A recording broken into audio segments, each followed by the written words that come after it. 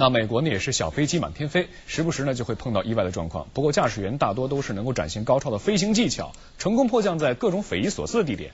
无论是公路、棒球场还是草地，都成为临时的这个降落跑道。这个迫降过程是惊险万分，也让旁观的这个目击者是捏了把冷汗。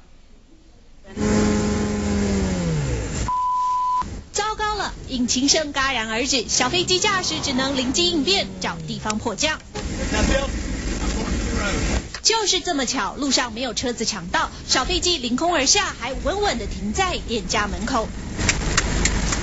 美国公路又宽又大，3不5时还真的有飞机和车子争道。迫降奇闻多不胜数，不过还是007最为帅气。Fill her up, please. 然而看到这样的特技，007大概也要自叹弗如。Landing on the world's shortest runway. 这样的惊险迫降简直玩命，就连棒球场边也有飞机凑热闹，显然不是赶着来看球。There's a plane coming down onto the field, folks, right now. We got a crazy landing going on. Here it comes right onto the field, right behind the field.